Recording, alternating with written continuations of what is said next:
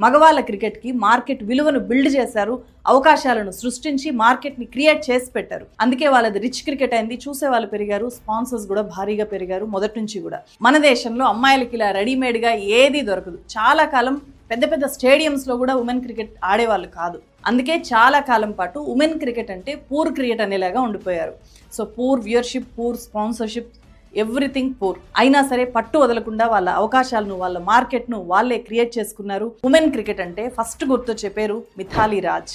BCCI కానీ private sponsorships కానీ లేని కాలంలోనే అమ్మాయిలు క్రికెట్లో ఎవరికి తక్కువ కాదు అని చెప్పి మిథాలీ రాజ్ నిరూపించారు. మిథాలీ రాజ్ సారథ్యంలోనే 2005లో 2017లో ఉమెన్ వరల్డ్ కప్ ఫైనల్స్ కి మన వాళ్ళు వెళ్లారు, కానీ గెలవలేకపోయారు. తనకు 16 ఏళ్ల వయసు ఉన్నప్పటి నుంచి మిథాలీ రాజ్ క్రికెట్ బ్యాట్ తో మెరుపులు మెరిపిస్తూ వస్తున్నారు. సచిన్ క్రికెట్ దేవుడు అన్న వాళ్ళు ఎవరూ కూడా మిథాలీ రాజ్ క్రికెట్ దేవత అని అనలేదు. ఆ మధ్యకి ఇంటర్వ్యూలో మిథాలీ రాజ్ ని మీ ఫేవరెట్ మెన్ క్రికెటర్ ఎవరు అని చెప్పి అడిగితే ఏమన్నారు తెలుసా? Men cricketers the world cup stage లో మీరు క్వశ్చన్ చేస్తారా ఉమెన్ క్రికెటర్ గురించి? 2005 వరల్డ్ కప్ మ్యాచెస్ లో ఉమెన్ ప్లేయర్స్ కి ఇచ్చిన రెమ్యునరేషన్ ఎంతో తెలుసా? We were given 1000 per match.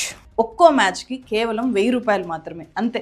మొత్తం టోర్నమెంట్ కి అంతా కలిసి ఒక్కొక్కరికి 8000 మాత్రమే ఇచ్చారు. ఎలా చూసుకున్నా కూడా ఇది చాలా చాలా తక్కువ. మిథాలీ రాజ్ లాంటి వాళ్ళు ఉమెన్ క్రికెట్ మీద వివక్షను ఎప్పటి నుంచో నిర్భయంగా బయటికి చెప్పడం వల్ల మెల్లమెల్లగా అందరి మైండ్ సెట్స్ మారుతూ వచ్చాయి.